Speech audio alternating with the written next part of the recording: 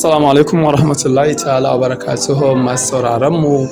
Kuna tare da ni Abba Ahmad Abdullahi a wannan taron da zamu yi da fitaccen mawaƙi ko kuma in ce sabon mawaƙi a wannan jiha tamu.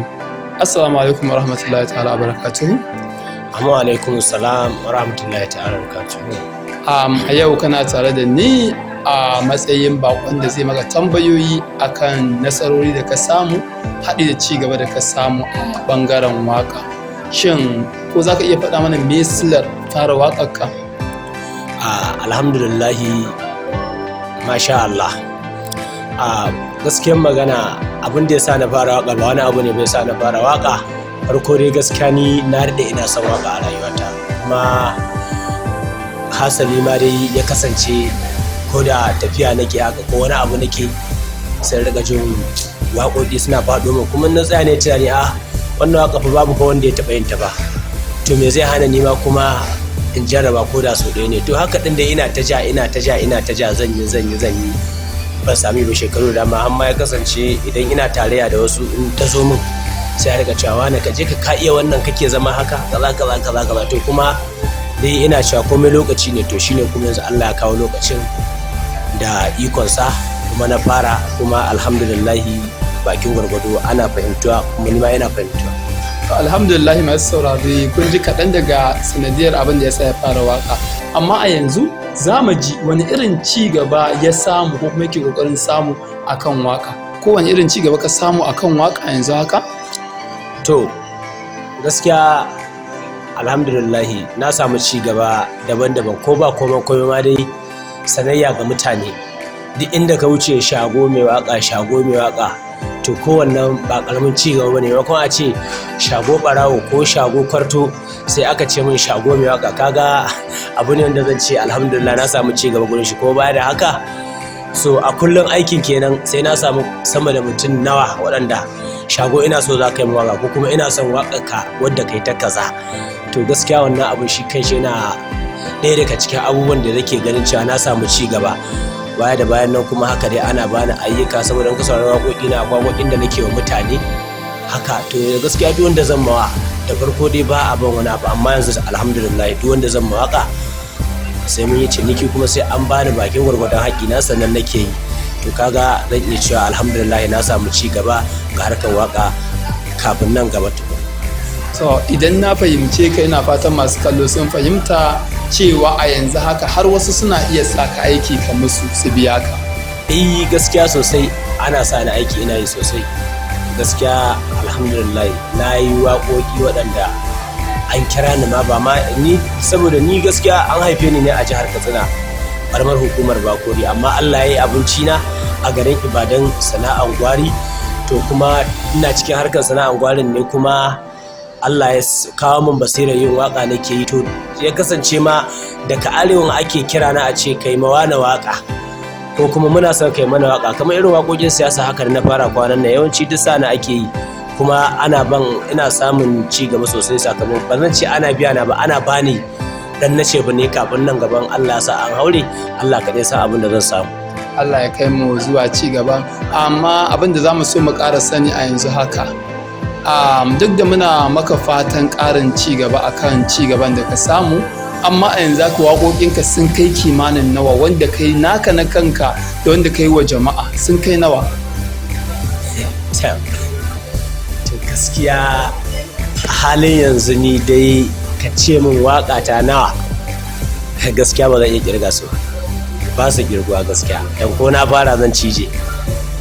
To yawansu ne yasa ba za ka iya irga su ba, ko kuma a'a saboda kawai ba su ne a gaban ka bane bai yasa ba za ka iya irga su ba? Gaskiyar magana yawansu ne yasa ba zan kirga ba, saboda idan wasu sun zo kaina gaskiya wasu ba su a kaina. Dan yanzu ma misali akwai waƙar da ma ni yanzu in ka ce in nemo ta sai na bugu masu kwamfutoci domin Allah, saboda ba ma ta hannuna. To shikenan, idan za ka ƙiyashe kawai a ce misali ka kimanta a iya nazarinka, za ka iya cewa sun kai yawan guda nawa? To gaskiya dai yanzu da fara waƙa ta yanzu ina tunanin a ƙiyasi na dai yanzu za a iya samun waƙa ta za ta kai kamar irin 300 zuwa 300 ba wani abu, ko 300 ba dai abin da ya haura can gaskiya. a kiyasi na. So a waƙoƙinka shin ka yi waƙoƙin soyayya da yawa, waƙoƙin aure da yawa, ko kuma a'a akwai ɓangaren da kawai ka tsaya a ɓangaren waƙa? Gaskiya a ɓangaren waƙa ni kowane ɓangare taɓuwa nake, kai hadda ma begen annabi Muhammadu sallallahu alaihi wasallam na yi a waƙa, kuma ɓangaren rafin na yi, na taɓa yi. Soyayya ba wadda ba na yi, siyasa ba wadda ba na yi, kamar ma irin ma dai har ma dai irin zamantakewa haka za a ga wani ya kullace wani, wance ya zagi wancan, duka ba irin ba wanda ban mawaƙoƙi ba a game da haka.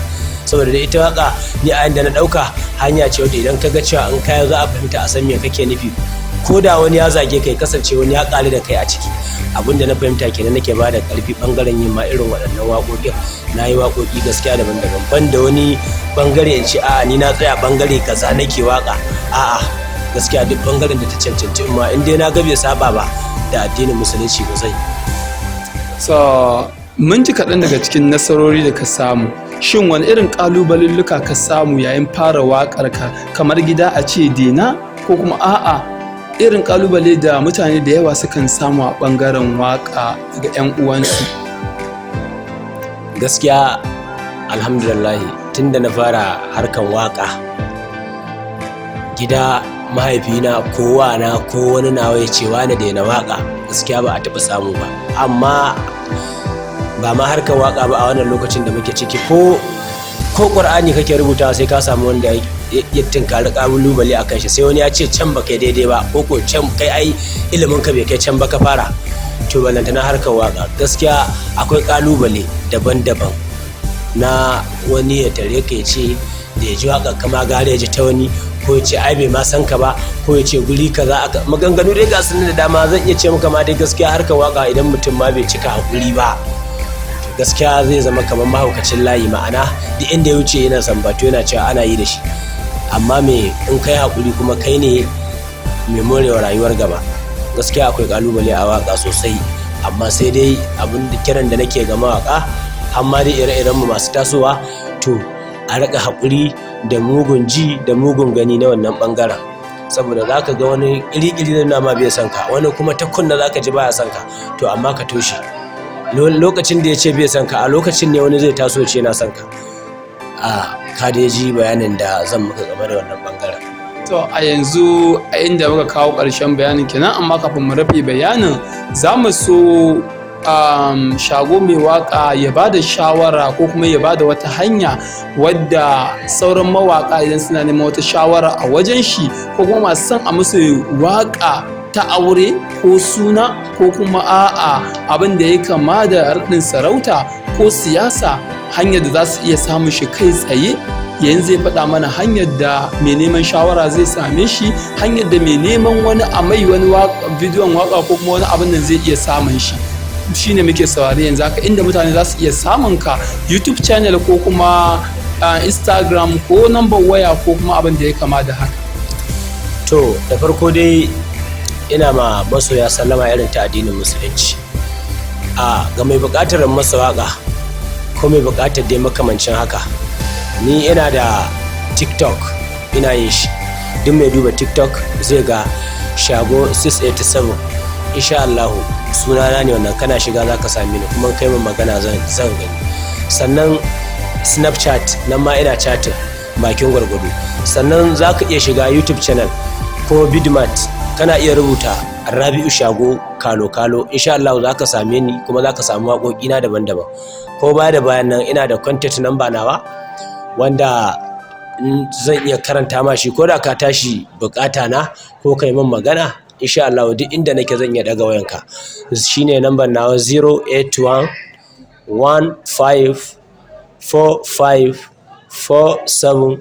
15454774. insha Allah inda ka kira ni shine correct number na, wanda ina tunanin shi kadai ne wanda ina da lambobi, amma gaskiya shine wanda ko da yaushe ka kira ni zaka iya samu na, insha Allah. To wannan kaɗan kenan. A tare da Malam Shago mai waƙa akwai ni Abba Ahmad Abdullahi wanda ya ɗauki hira tare da shi. a ƙarƙashin wannan ƙasan wannan akwatin tibin taka za ga nambobin waya nashi wanda za ka iya kira a kowane lokaci don ka samu tattaunawa da shi da kuma jin farashin yadda yake yin waƙoƙin shi cikin sauƙi da kuma yadda zai kawo wa mawaƙa ci gaba ta ɓangaren shawarwari. Sai mun ji ku kuma sai ya gan ku. Ma'assalamu, wassalamu alaikum wa rahmatullahi ta'ala wa barakatuhu. Danna mana subscribe a YouTube channel ɗinmu mai suna Nasiha Hausa Film Production Saba Ibadan domin samun ƙayataccen shirye-shiryenmu sai mun gan ku a sha kallo lafiya.